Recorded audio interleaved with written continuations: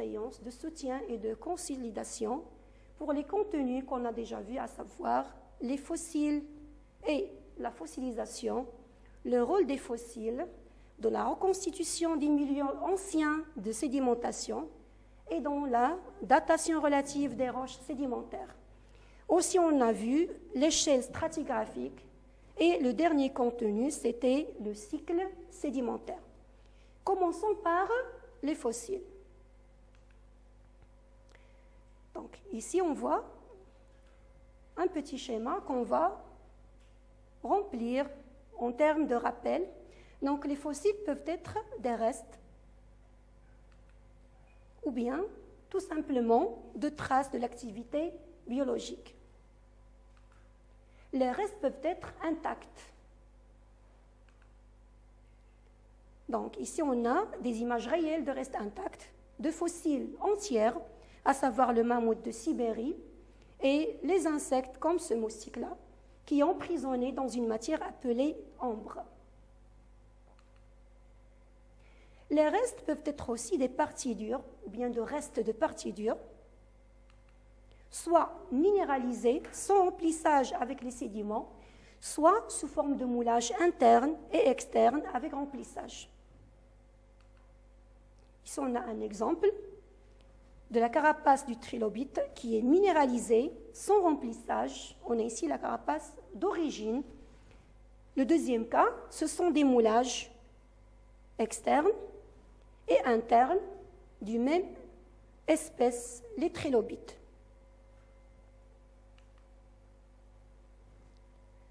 En ce qui concerne les traces d'activité biologique, ça peut être tout simplement les fameuses célèbres traces ou bien empreintes de pas de dinosaures. Ça peut être même des galeries creusées par des insectes qui sont restés fossilisés.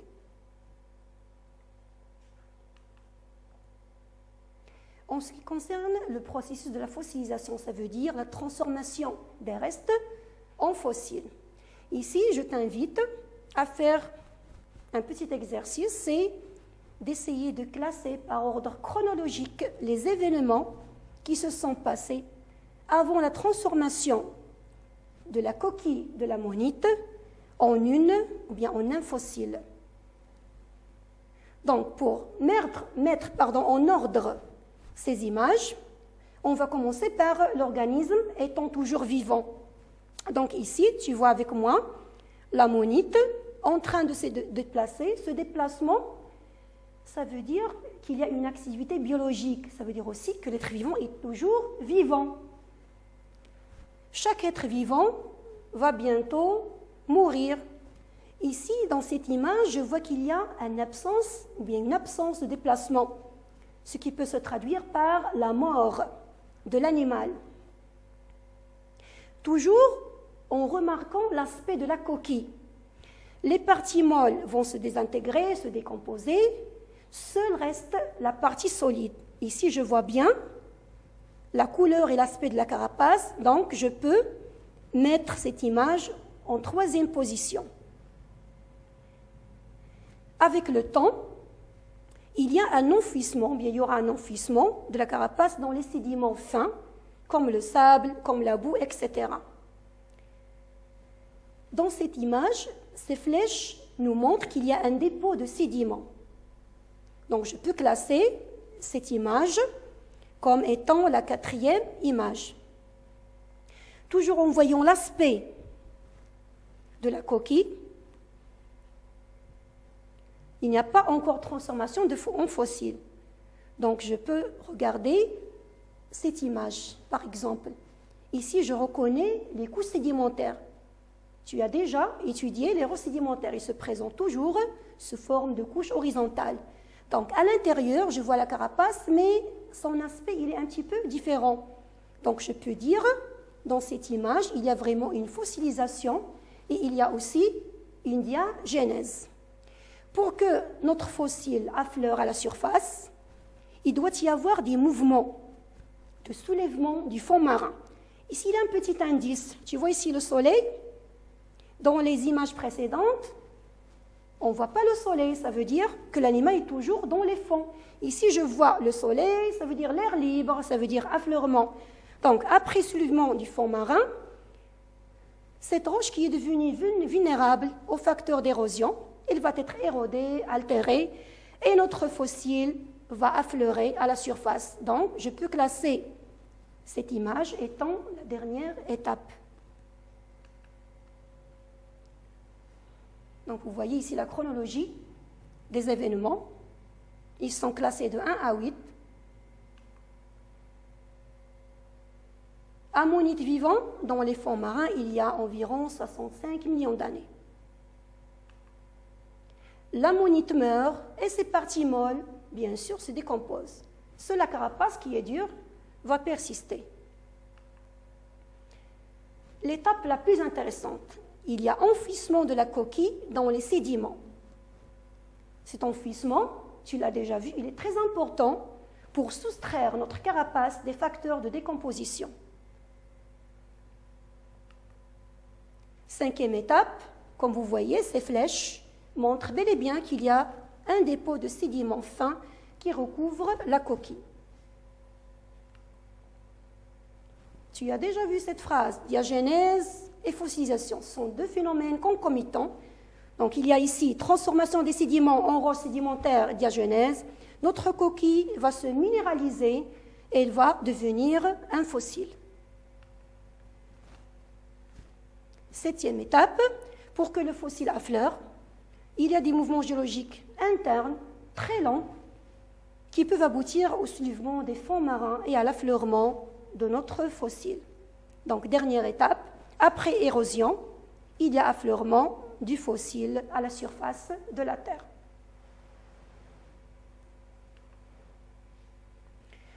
En ce qui concerne l'intérêt des fossiles, on a déjà vu que les fossiles se divisent en deux catégories, à savoir les fossiles de faciès, qui permettent de reconstituer les milieux anciens de dépôt, et il y a les fossiles stratigraphiques, ou bien les fossiles indicateurs du temps, qui permettent de dater relativement les roches sédimentaires qu'ils contiennent, ou bien que ces roches contiennent. Donc, on va faire comme un petit exercice. On a ici une forme de schéma, d'une figure, accompagnée d'âge en millions d'années. Donc, ici, on peut voir cette figure dont on a déjà parlé. L'extrémité en bas, elle représente toujours la date d'apparition. Le milieu, qui est un petit peu plus large, représente la répartition de l'animal bien du végétal. Et l'extrémité en haut représente la date de l'extinction bien de la disparition de l'être vivant. Donc, si on compare, ou bien on relève l'âge approximatif, de ces êtres vivants, on peut calculer la période de vie du trilobite, moins 550 millions d'années à moins 245 millions d'années. On peut extraire la période de vie de l'ammonite, comme vous voyez, entre moins 245 millions d'années et moins 65 millions d'années. Et enfin, la durée de vie des nummulites, entre moins 65 millions d'années et moins 1,7 million d'années. Donc, comme vous voyez, tous ces animaux, ce sont des êtres éteints. Ils ont une durée de vie qui est limitée dans le temps. Maintenant, comparons ces êtres à un gastéropode appelé limné. Ici, on a une extrémité en bas qui représente toujours la date d'apparition, mais vous remarquez qu'il y a en haut, il y a des tirets, des points de suspension, comme vous voulez. Il n'y a pas une deuxième extrémité qui montre la disparition de l'animal. Qu'est-ce qu'on peut conclure? Tout simplement que ce gastéropode existe toujours. C'est une espèce qui est non éteinte. On peut dire qu'elle a une durée de vie qui est non limitée. Est-ce que tu peux maintenant distinguer les fossiles stratigraphiques des fossiles de faciès? Bien sûr, on a ici 3 fossiles stratigraphiques. Pourquoi? Ils sont connus par leur durée de vie limitée dans le temps. En ce qui concerne la liminée, on peut la considérer comme un fossile de faciès puisque c'est une espèce qui est non éteinte, qui existe toujours. Donc, toutes les roches sédimentaires contenant l'un de ces fossiles, elle aura le même âge relatif que ce fossile. Par contre, toute roche sédimentaire qui contient la limonène, qui est un fossile de faciès, elle aura les mêmes caractéristiques du milieu de vie. Ça veut dire, sachant que ce gastéropode vit dans l'eau douce, dans le milieu lacustre, je peux dire que cette couche sédimentaire ou bien strate qui contient ce gastéropode s'est déposée dans des conditions, dans le même milieu que le milieu de vie de ce gastéropode. Ça veut dire dans un milieu lacustre.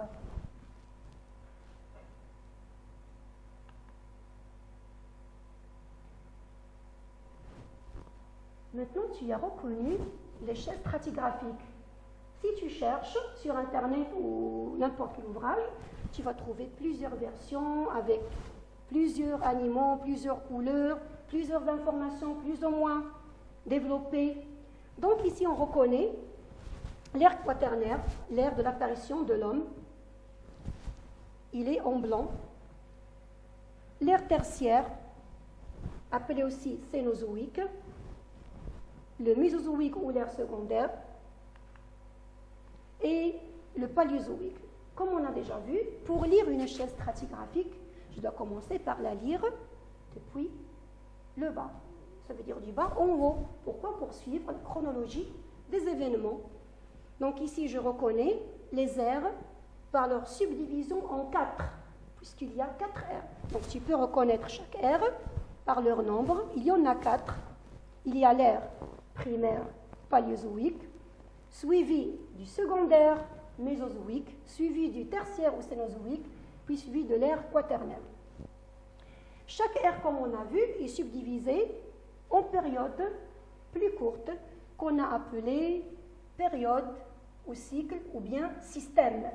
Donc la deuxième subdivision, après les ères, ce sera des périodes, des cycles ou bien des systèmes. Chaque système peut être lui aussi subdivisé en périodes de plus en plus courtes qu'on a appelées des sous-systèmes. Puis on peut trouver aussi des étages. Donc vous remarquez ici, pour chaque période ou bien chaque ère, il y a des organismes, des êtres vivants caractéristiques. Il y a aussi des événements. La plupart, ce sont la formation des chaînes sédimentaires, montagneuses anciennes.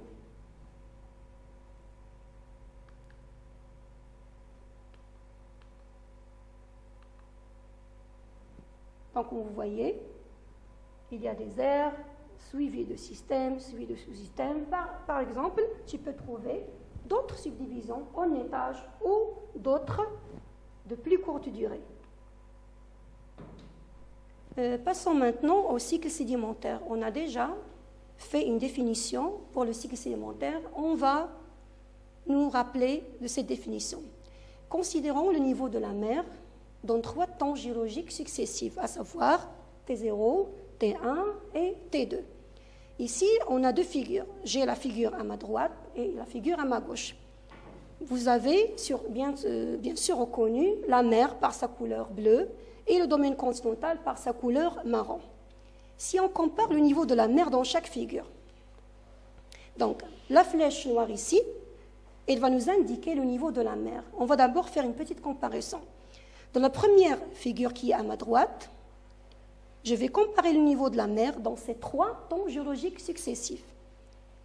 Donc, temps T0, vous voyez la longueur de la flèche. Temps T1, ma flèche indique toujours le niveau de la mer par rapport au domaine du continent. Et le temps T2. Vous remarquez très bien que ma flèche rétrécit, ou bien sa longueur diminue. Donc, puisque ma flèche diminue, ça veut dire que le niveau de la mer baisse. Ça veut dire qu'il y a un retrait de la mer et une émergence du domaine continental. Ma deuxième figure, je fais la même chose. Ma flèche noire représente le niveau de la mer dans 3 temps géologiques successifs. Si je compare la longueur de ma flèche, je vois que ma flèche, du T0 au temps T2, elle va augmenter de longueur. Ça veut dire qu'il y a une augmentation du niveau de la mer, comme tu vois, qui va couvrir le domaine continental. Est-ce que tu as reconnu ces 2 phénomènes? Dans la première figure, on a dit qu'il y a un retrait, un recul du domaine marin par rapport au domaine continental. Dans la deuxième figure, à ma gauche, il y a au contraire une avancée du domaine marin au profil du domaine continental. Je crois que tu as reconnu les deux phénomènes.